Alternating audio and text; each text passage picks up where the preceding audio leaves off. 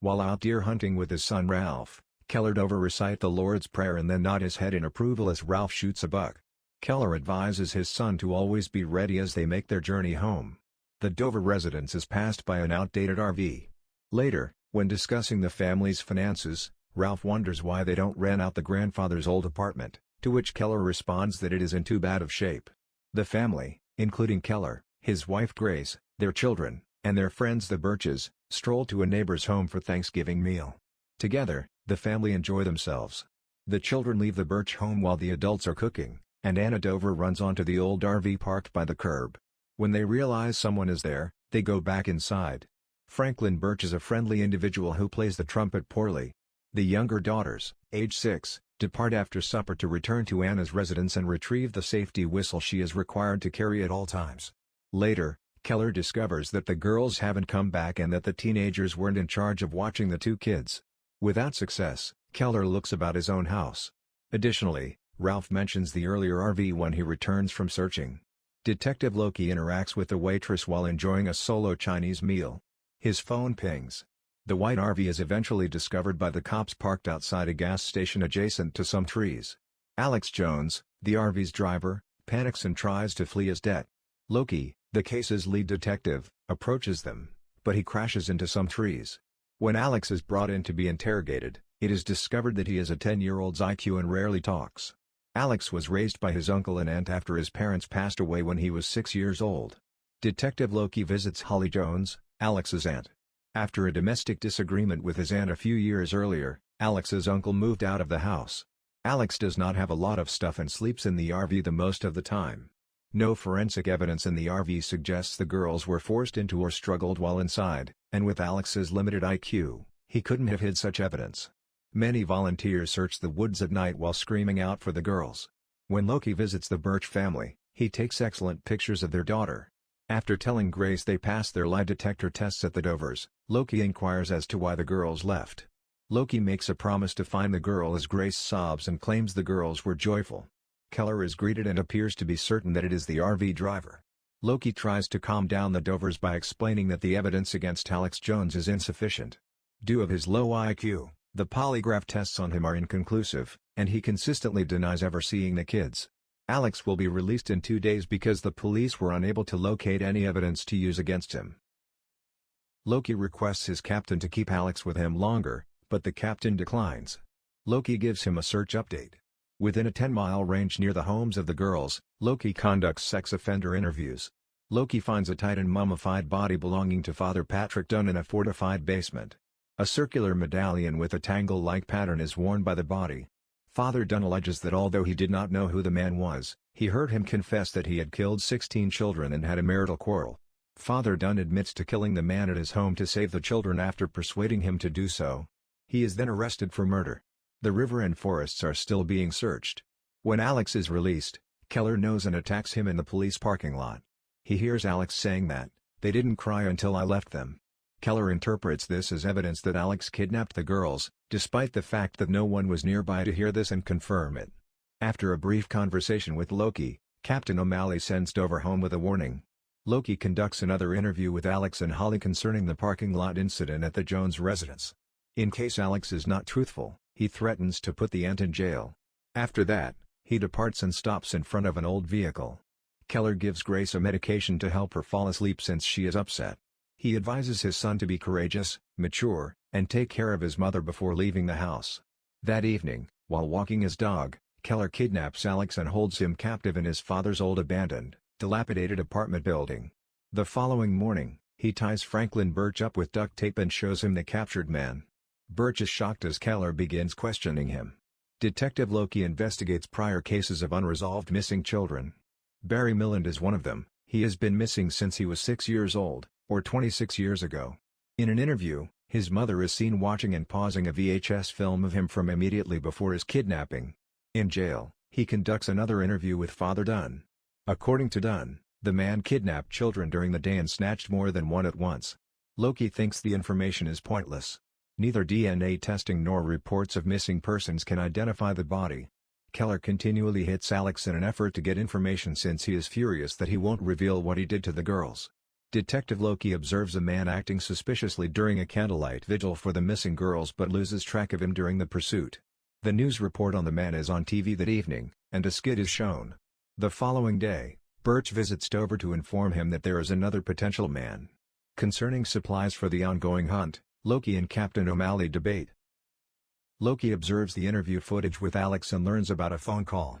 He is recognized by a cheap store employee, who reveals that he occasionally visits to look at children's mannequins and purchase children's items. If Loki returns to the store, she swears to get in touch with him. As a result of his overwhelming guilt, Franklin informs Nancy of what they have done and takes her to see Keller. Dover takes her to the flat, where she finds Alex bloodied, bruised, and bound to the toilet floor. She unties Alex after being shocked and tries to talk to him calmly, but he wants to go. Dover seizes the man. Alex, who is now tied, observes Dover as he begins to construct something out of plywood. Dover later returns the Birches to the flat. In the bathtub, which Keller has enclosed, he nips Alex. Except for a tiny PVC tube talk hole, it is completely dark. If the Birches didn't let him go, Keller threatens to kill the man. When Nancy tells Franklin to think of Joy, he declares that it must end but does nothing. Eliza, the Birches' teenage daughter, is taking a bath as the mysterious man enters their home quietly. Grace hears something and gets out of bed when the hooded man later enters the Dovers' home. She sees an open window and assumes Anna has returned. When Detective Loki shows there, she tells him that someone entered through the window. Grace takes him down to Keller's tidy workshop in the basement. Grace responds that Keller is out hunting for their daughter when Loki asks where he is after spotting a bag of lye. Loki follows Dover in the pouring rain, but after being made, Dover leaves the flat and walks to a neighboring liquor store. What was he doing there? Loki wonders. With a bottle in hand, Dover approaches and inquires as to why he is being pursued. In 9 years, he claims, this is his first drink. Dover receives a warning from Loki to take care of himself and his wife. After getting quite upset because it has been 6 days, Dover returns home to sleep. His dream involves seeing Anna. At his computer, Loki is working. Reading an old news article, he discovers that Dover was close to 234 Campobello, the scene of a suicide. The following day, Keller tortures Alex by using the shower head to alternately spray hot and freezing water. Alex tries to speak, but Dover is just interested in learning where the females are. In supplication, Dover gets down on his knees. Loki comes at the abandoned structure and walks inside the ground floor. Dover is discovered on the floor acting asleep. After giving the policeman a brief tour of the dilapidated structure, Dover's cell phone alerts him that the trespasser has been seen. Loki is given the number plate number by the clerk, who then hurriedly exits. Taylor is confronted by Loki at his home. Observing that Taylor is weird, Loki forcibly shackles him. He makes a call and looks around the house.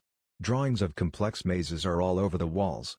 Locked chests containing maze books, poisonous snakes, and bloody children's clothing can be found in a rear room. The Dovers and Birches each recognize clothing from their children's crates at the police station, where Taylor admits to killing them. As she designs a maze in the questioning room while bound and sobbing, Taylor. After some time of waiting, Loki walks in. As Taylor is being questioned, he loses control and punches him, prompting additional officers to rush in. Taylor successfully removes a gun from one of the policemen's belt before shooting himself. Keller sits down in the cell-blocking apartment and recite the Lord's Prayer. Loki receives criticism from the captain at the police station for the fatality. While eventually speaking, Alex reveals something about locating the girls in a maze while Keller is drinking. For Holly, Keller visits the Jones residence to apologize for punching Alex at the police station. She extends an invitation to him and informs Dover that her son passed away from cancer while also expressing her sorrow. Keller claims that he dreams of Anna lost in a maze. Holly also makes reference of her husband's snake ownership. Dover's attention is caught by the suicide report in Taylor's newspaper headline. Loki is advised to find a partner and to accept the fact that you cannot satisfy everyone by Captain O'Malley. Loki storms over to his desk in a fit of wrath. He finds a picture of a maze resembling the one Taylor drew among a collection of photographs. Back at Taylor's home, a different officer tells that the blood that was later discovered on the kids' clothing was actually pig blood. It is now believed that Taylor is a phony killer who was inspired by the book The Invisible Man, which extensively displays mazes, particularly a circular maze that Taylor was sketching while he was being held. How Taylor obtained the garments from the missing girl remains a mystery to Loki. When he gets back to the Dovers' home, he discovers a tiny sock in the underbrush. When Grace receives a call, she rushes to find Keller. Joy Birch was discovered roaming, drugged, and is now in the hospital. Keller tries to interrogate the child. Anna has not been found. Joy rambles about Keller being there while under the influence of drugs, creating the appearance to everyone around her that Keller is somehow involved.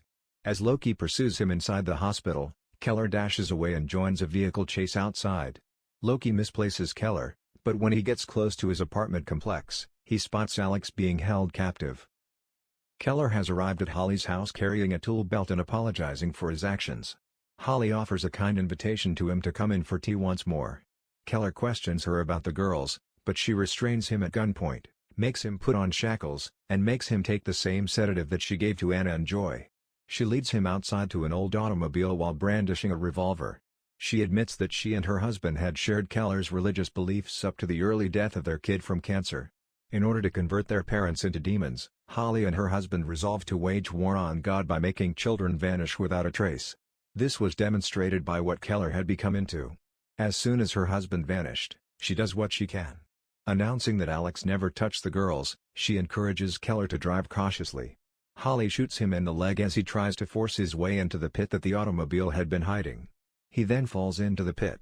She closes the lid before parking the car over it once more. The captain orders Loki to visit Holly and inform her about Alex.